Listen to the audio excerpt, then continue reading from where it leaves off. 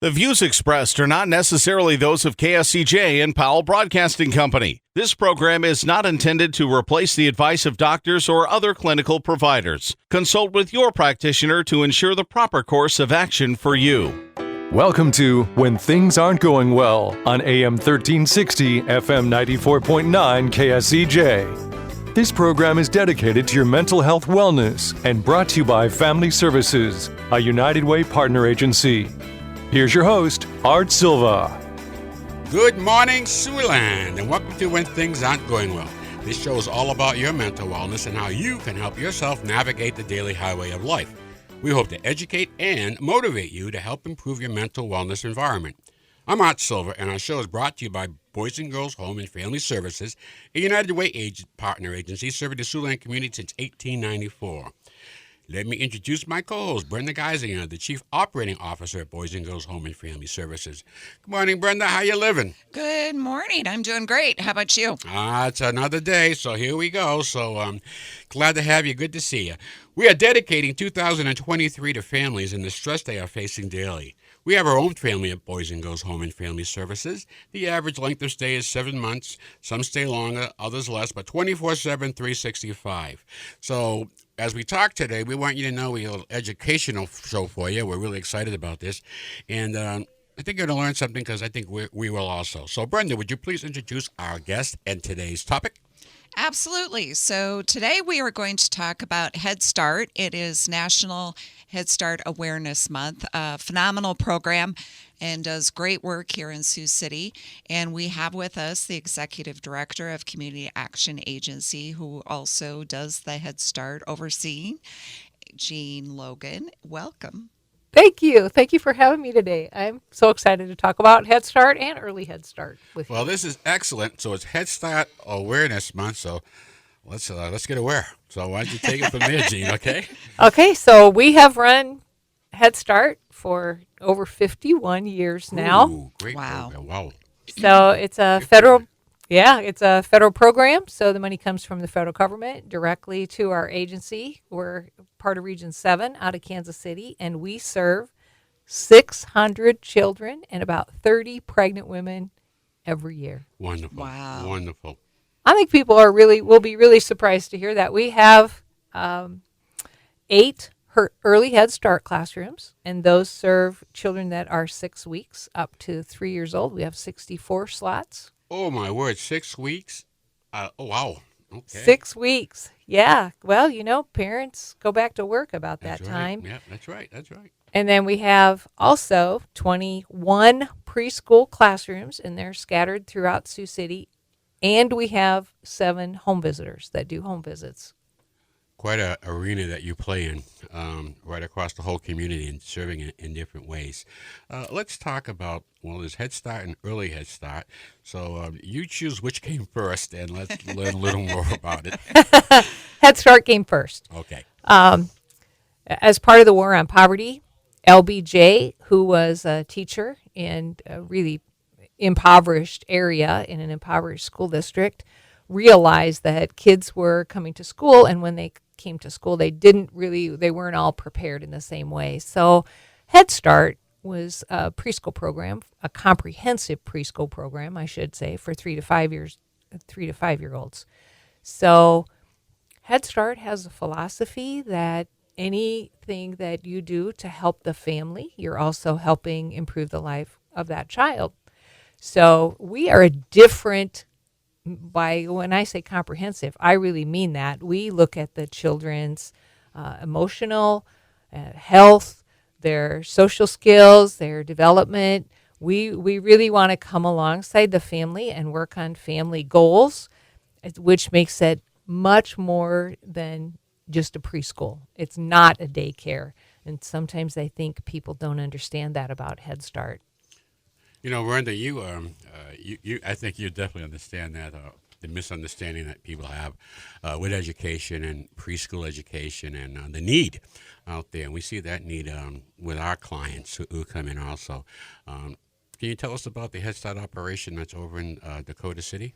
I think one of the beautiful things about Head Start and Early Head Start. It really takes, like Jean said, the whole picture of the family, but also the child. What is the emotional well-being, the health, the social skills, the physical skills, where are we at? And then what are the needs and skills we can focus on and work with the family and develop that family and develop the child, because the earlier you start, the more successful you will be. And so when that child does enter kindergarten or school, they are prepared. It's not such a shocker, and they have those skills to keep developing and moving on in life. So again, it's all about starting early, getting that family involved, connecting with the family, and helping the family and the child develop.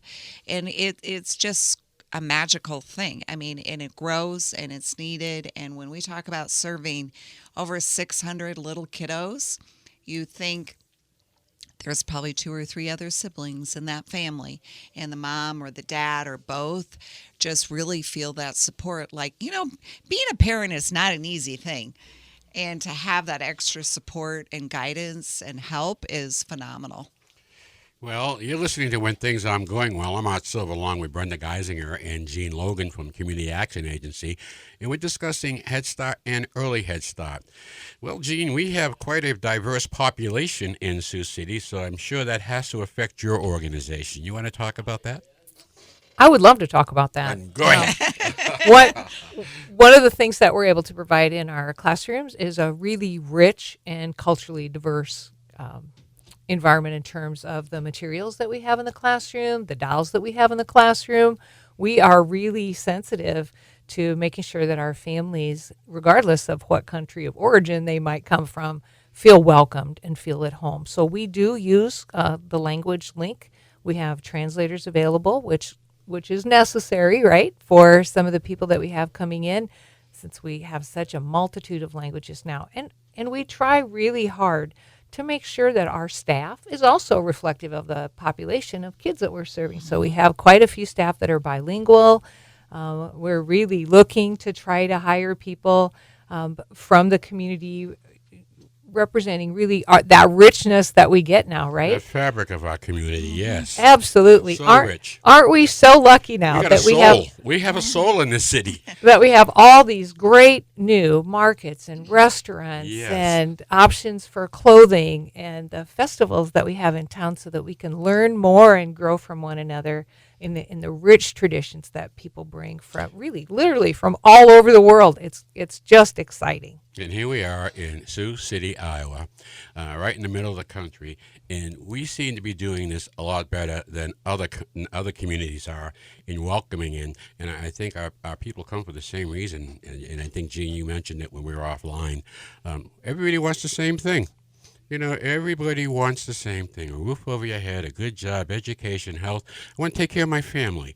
And we have dedicated 2023 to families. And these are some of the families in our community. So we hope to bring you on a real bright light a lot of the things that are going on that support them. And we're seeing the outcomes. We're seeing little businesses grow up. And we're learning a little bit more about cultures through food. Isn't that something? The common denominator being food. And, we have some people in our country that are food challenged. And I think it's just, I wish I could hit a reset button, that we just unplug it and then plug it back in and we got it back online. But I see there's a local church near me, and on Wednesday I see that they have a food bank there. And the folks in that food bank are average, everyday folks you would think that you'd see in the street. It's not poverty level. These are folks that need help, and food is getting so expensive, and the challenge there. So when you see it on your level down there, thank God we have programs that help support this. So we do have a food pantry. Our food pantry is open 40 hours a week. And we also have a list. There is a list available for anybody in the listening area that might not be able to get to our agency. There is a listing of food pantries because a lot of people need to walk to get food. Transportation is still a barrier for quite a few people in our community. But the need has just grown so much. In the past 6 months, we have served over 1,600 households. Wow. And that's just us. And that we need every food pantry in the community at this point in time. And I know they're strained. Services are really strained to try to help provide food here. I know that we've distributed over 15,000 pounds of food over in Siouxland Family Center and provide some translation services. The point is that we all share, we all work together.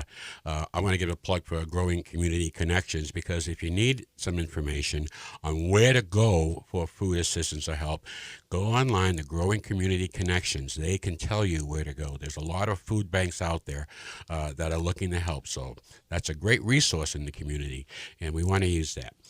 We're coming up on our break right now, so continue your morning chill. We'll be right back with more of When Things Aren't Going Well, right here on 1360 AM, 90.9 FM, KSCJ. Let's face it, that happens to all of us. However, the pandemic has compounded all of our lives and activities. Even the simplest tasks seem harder. Hi, I'm Brenda Geisinger, the Chief Operating Officer at the Boys and Girls Home and Family Services. Family Services is a United Way partner agency serving children and families of our community, and we're here to help. If you'd like to learn more about Family Services, please contact us via email, website, Facebook, or phone Mary Pickens. At Family Services, we change lives.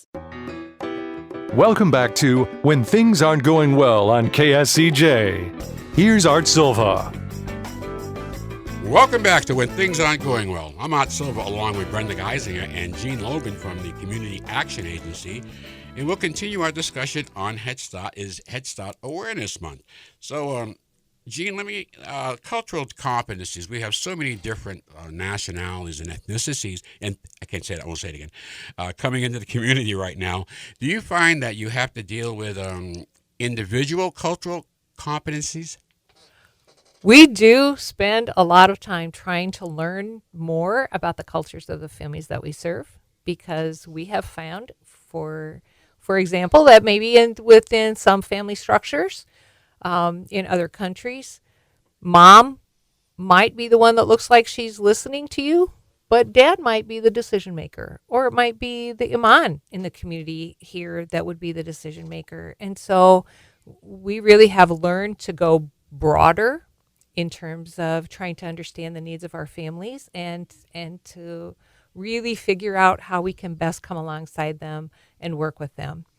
And what a great opportunity to build such it's new friendships and new relationships. I love seeing the kids in the classroom. They're all friends. That's right. They're all friends. And see, they haven't been conditioned yet. Now they just see each other as another kid. And I'm glad to hear that interaction, because that's strange. Is that kids don't have that fear. They just walk up to you and say, "Hey, what's that?" And it's so basic. I love it. Sometimes I'd rather talk to kids than adults on certain days. So honest, right? They're so honest and direct, they'll tell you. Where we would be shy to ask about maybe a piece of clothing that someone is wearing, or some food that they brought for lunch, when they'd probably love to tell you. Absolutely. If you would just ask them, So a lot of it is just asking and getting to know somebody, really, and building that relationship. That's probably the most important thing that we can do. Everybody wants to be valued. Everybody wants to be listened to. It's wonderful to have a place to go, and it's got to be tough for a new family coming over to a new country, and we think about the adults and what they're doing. The children. When we went through COVID, let's talk about the children. They know what's going on with mom and dad. They can sense the stress in the family when something's not right. They know what decisions to make. And the kids, they don't say something, but they're saying something. And do you find so many things coming out when they're with you? Yes, there's a unfortunately, Iowa was the first place that did the Adverse Childhood Experience Study, the ACEs study. Yes. And we have found that those traumatic events that are in your life when you're a child carry through and can cause really very serious health consequences. They can be anxiety, depression, all of these things. If you have these traumas that you have not been able to overcome, if you can't learn how to build that resiliency, it's not good for you as a person. And so we have really the last probably 10 years, we have really focused on trying to build resiliency within children and trying to help regulate social emotional concerns. A lot of times I think people don't understand how much children understand. They completely know that there's tension in a family and that things aren't right within a family. They pick up on a lot more of that and they internalize that, so it's important for us to understand that and to help parents who might also have been victims themselves to understand maybe how to deal with the stressors. So I want to tell you, there's what's called the Head Start Advantage. Okay. So early Head Start children, research shows, have significantly fewer social behavior problems and show lower childhood aggression at ages 2 and 3. So this means that this is successfully working. Also, Head Start kids have better executive functioning skills and demonstrate more positive approaches to learning by the end of the program. And you've got to remember, Head Start is a school-based program. It just goes on the school year. So a lot of times we only have kids 9 months. Early Head Start, on the other hand, is a year-round program. But Interesting. Okay. yeah, and Head Start kids less likely to engage in criminal activities as young adults. Male Head Start participants are less likely to show symptoms of depression at ages 16 and 17, and 22% less likely to engage in criminal activities. So as young adults, they're also less likely to be both unemployed and not in school. So investing in early childhood, this is something we've said for years. We know it works.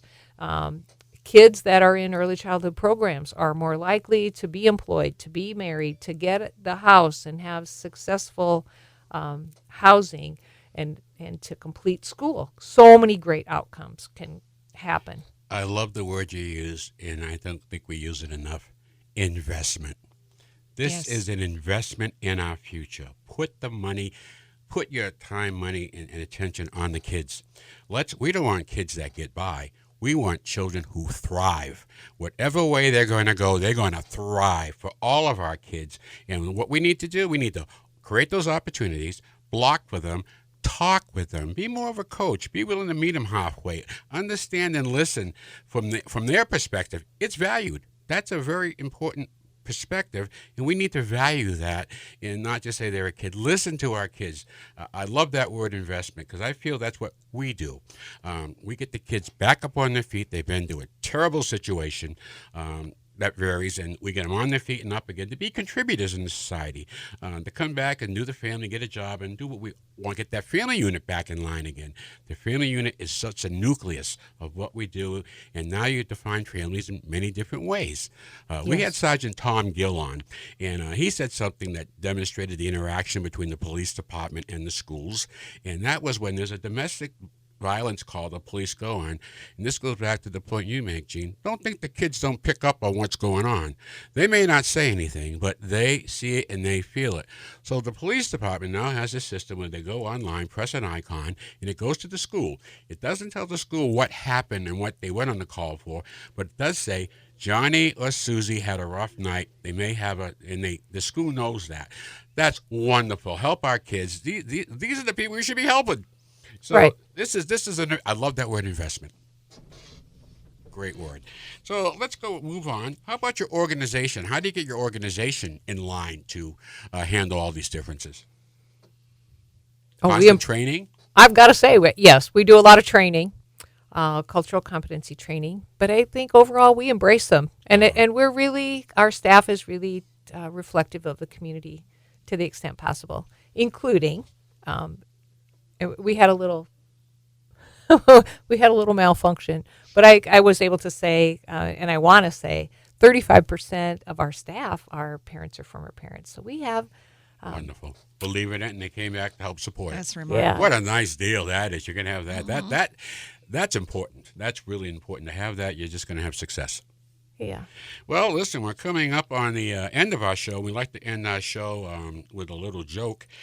So every week we try to tell you that humor is good for your soul. So here we go. What school does an ice cream man go to? Sunday school.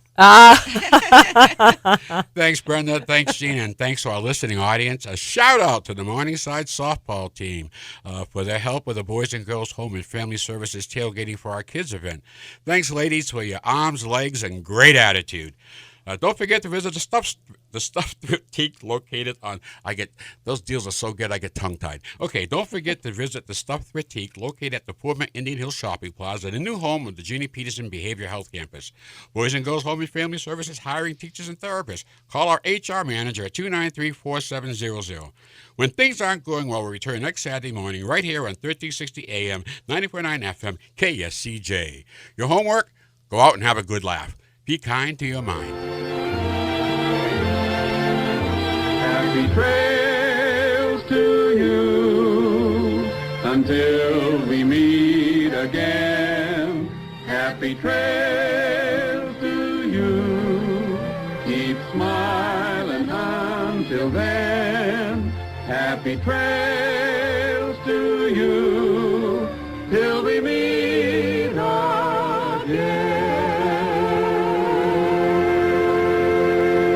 For more information on the services provided by Boys and Girls Home and Family Services, see them online at boysandgirlshomeiowa.org.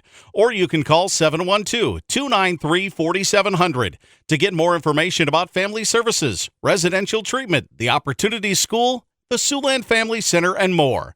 At Boys and Girls Home and Family Services, we change lives. We change lives. We change lives.